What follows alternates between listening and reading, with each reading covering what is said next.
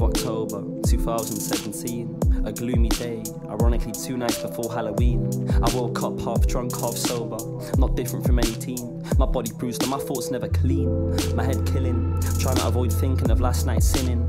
But it's 9 AM and my phone's ringing. But it's so early, man, who could it be? I rolled over the bed and what do I see?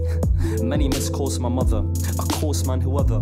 I called back and I was like, Mum, why are you ringing so early? You've caught me yawning, catching me on this tipsy drunken Sunday morning. She replied, not now, Chris, this is an emergency. A strict tone alerted me, you need to come to the hospital in Newcastle right away. I didn't know what to say, but it's 9 AM, too early in the day. But hey, off I went walking as fast as I could, stumbling through the mucky streets, my shoes dripped in mud. I arrived at the train platform at Waverley. Alcohol dispersed in my blood, still I was moving waverly. Clear brain, I tried to maintain, stumbling drunk when I jumped on that train. Drained in sleep, but for that whole journey I was wide awake. Bloodshot eyes, the curiosity gave me quite the shake. Then I arrived at Newcastle Central Station, my mind moving too impatient. To avoid being late, I took shortcuts through the shopping mall. Then I arrived at the hospital, I received a text saying we're on level 6, ward 19. So I paced up them stairs, chafing in my tight jeans. Down the corridor, I started walking, in the dead silence, no bickering, no talking. Then I saw my mum through the slight gap in the door. She was completely drained in energy, and I questioned what for. I waited for a few seconds, felt like a few minutes. Distressed, seeing my mum weak in spirit. So what is it? But then the door opened, and there she stood. But I didn't know what was coming. But her eyes were bubbling. Those tears, ruining her mascara and makeup. I walked over to her, but she didn't want to say much. The pain in her eyes, you couldn't have made up. She turned to me, like she had gave up, and said, Chris, it's your dad. He isn't gonna wake up. I love you, Chris. I love you. 1, 2, 3, 4. Wait. 1, 2, 3, 4. What?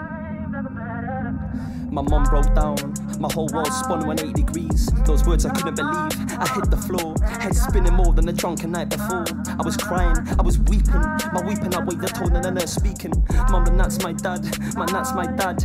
Bloodshot eyes, I was on the brink of going mad. Those few words left my whole world looking darker. How can someone tell me I've lost my father?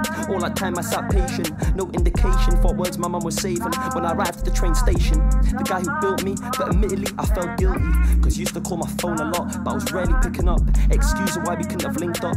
Should've when my so-called bros were chasing hoes. How did my dad's health slip under my nose? Raised me for 19 years, but I couldn't have spared 5 minutes. Other end of the call, never leaving you in the right spirit. But my head left with silent thought. My family from 5 to 4, only left with distant memories. Future achievements in my life I hadn't pictured next to me, like my graduation or my wedding day. But instead the cancer stayed and left you in a tender way. Upset at God, asking why, tears rolling down my face cause I'm too late to say bye. See, my dad was just a dad, he was more a best friend. 19 years of my life from start to end, just blurred memories left, trying to comprehend. Like, Dad, remember when you taught me how to ride a bike? Or we jokingly dressed similar to look alike? All the stories you tell me, give me advice by any means. From birth, holding my hand tight, saying I gotta chase those dreams. But I'll never forget those days in 08. A family of 5 crammed into a 2-bedroom flat, counted the state kids and money we'd lack. When Mum was walking us to school, but when penny picking on the way back. Dad was working night shifts with a little sleep, but still up in the mornings making us breakfast. Your motive runs so deep. So as the years went by, out to watch your health deteriorate, seeing you lose vision in your left eye, not seeing straight. Countless occasions I was worrying all night, gripping my little sister's hand tight, saying that our dad loves her and it's gonna be alright. Mum was putting up a fight, taking us church every Sunday. I was sending you real prayer, cause I was kinda lost for words when I saw you in that wheelchair. Used to push me in my pram, but now I'm pushing you. Used to push me in my pram, but now I'm pushing you. Weekly hospital visits turn into weekly stays to week-long stays. Your skin frail, going pink to pale, your body starts to shrink and fail. A chance of recovery looking slim on scale. The boat shipped and sailed, cause now it's done, that's all that can be said. Staring at your lifeless body in a hospital bed. But man, I miss you, Dad, man, I miss you a lot. Running through my mind all day, I think about you non-stop.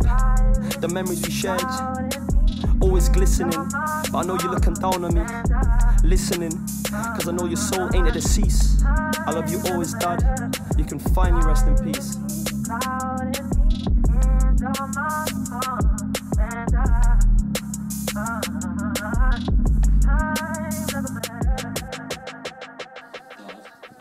What's the best thing that's ever happened in your life? I suppose you and Stella and Evelyn.